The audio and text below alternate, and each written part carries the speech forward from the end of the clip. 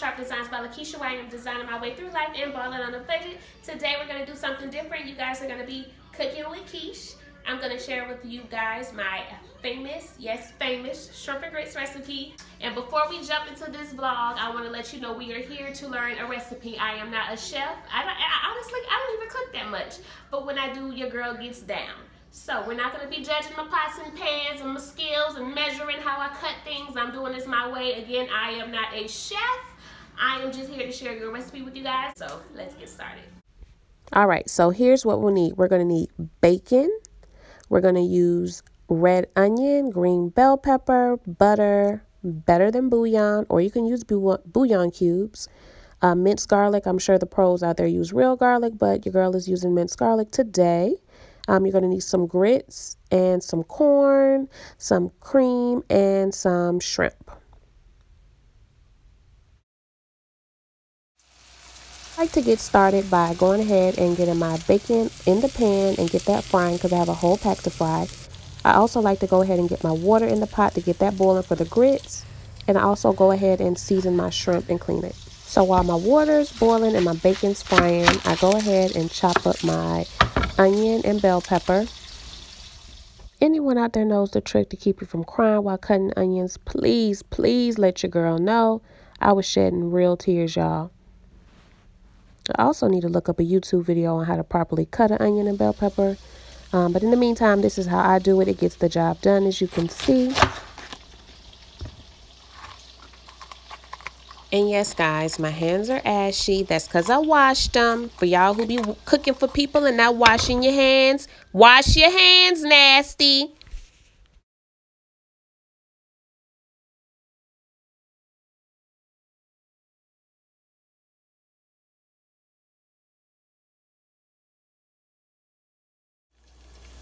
My water is boiling by the time I finish doing that, so I'm going to go ahead and add my bouillon into the water. You would just need to measure the bouillon accordingly, depending on the amount of water that you have in your pot. I used about 3 in mine. So now that the water is boiled, the bouillon is in, we're going to go ahead and add the grits. And we're about to spend a little bit of time on these grits, y'all. In my opinion, this is the most important part of the recipe. Don't nobody want no bland, nasty grits, okay? When you're putting your grits in your pot, make sure that you are putting the correct amount of grits in proportion to the amount of water in your pot. You also want to make sure that you are putting the grits in a little at a time, like I'm doing here. You're going to pour in a little bit. You're going to stir it, get it in there, work it in there real good. Make love to the grits, y'all. Just get it in there really good. And then you're going to add a little bit more, stir it some more. This is going to keep your grits from clumping up a lot. See, I spent a lot of time stirring my grits here. That's because I freestyle the amount of grits I put in the water, and I also want to make sure I don't have a lot of lumps. At this point, you want to make sure you turn your burner down low. So as you can see here, the texture has definitely changed. The grits are starting to thicken up, and I'm continuing to stir them. You can see a few lumps there, but that's okay. It's not as many as it would have been had I just dumped all of the grits in there at the same time. So it's easy to just use the spoon and press it up against the pot to work the lumps out. So after I finish doing that, I'm going to start seasoning my grits. Yes, you have to season the grits. Don't nobody want no bland grits. I put in a little bit of sea salt, and then I go ahead and also add in some black pepper as well as garlic powder. And just a pinch of garlic powder, not a lot. Next, you're going to add your cream. I usually start off with about a half a cup and I stir it in until my grits look nice and creamy. I really don't have a way that I measure this to be perfect. Next, I'm going to add in my butter. I usually use about 1.5 sticks of butter, but today I did not realize I didn't have enough sticks, so I'm using that good old tub butter. All right, so now that I have all that yumminess in there, I'm just going to give it a good stir. Mix it in really good. You can see how creamy the grits are. The texture has completely changed from earlier. Next step is to add my cheese to my grits. If you do not eat cheese in your grits, you are not living, okay? And for y'all who eat sugar in your grits, this is not a part of my recipe. That's nasty. So to make sure we get that cheese throughout the entire pot, we're going to go ahead and give a good stir.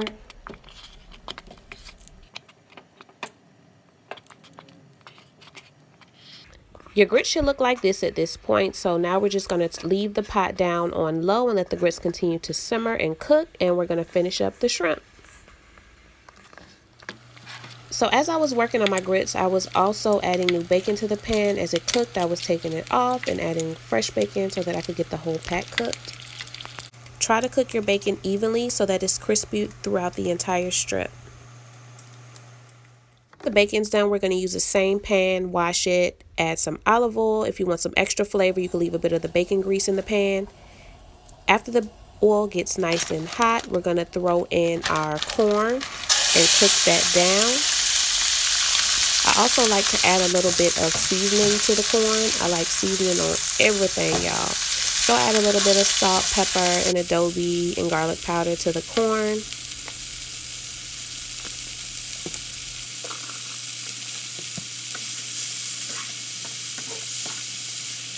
Next, I'm going to go ahead and throw my green bell pepper in there. And I'm going to do the same thing. I'm going to stir that around, add a little bit of seasoning to it. And then I'm going to add in my red onion.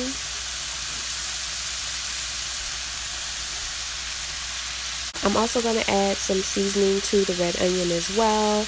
A little bit of pepper, salt, and adobe, and a little garlic powder.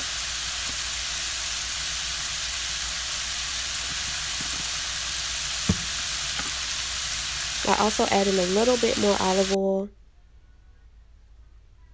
And you just want to let those vegetables cook down until they get a little bit of char on them. And when your vegetables start to look a little something like this, you're good. So now we're just going to go ahead and move those vegetables into a separate bowl so that we can go ahead and cook our shrimp.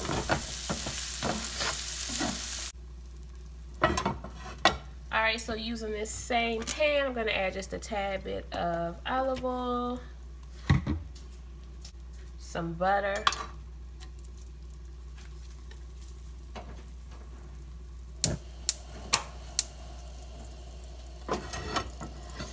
get that melting. Where you at, Poo-Poo? At this point, Dakota woke up and was looking for me.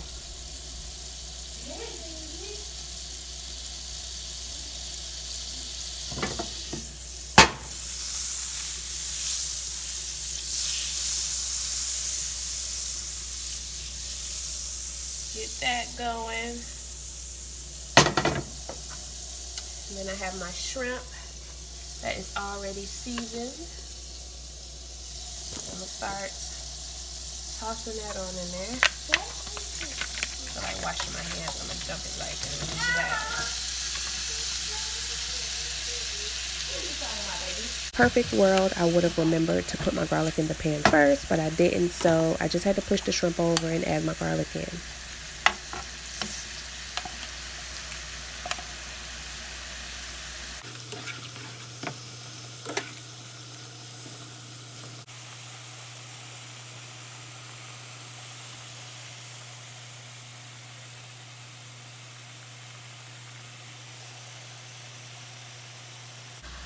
Alright, so now that our shrimp are finished cooking,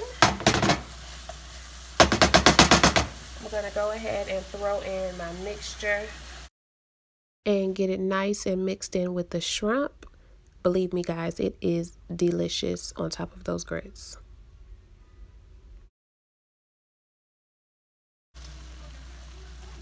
And then those crunchy bacon strips from earlier.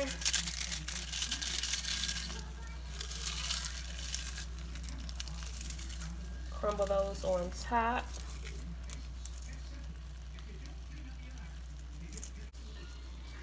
This is what it looks like. The big mosh podge of shrimp, all our vegetables, and bacon to top it all off. I did save some of my bacon over here, so if it gets a little soggy in there, we have some fresh hard ones to crumble on top for a little bit of extra texture.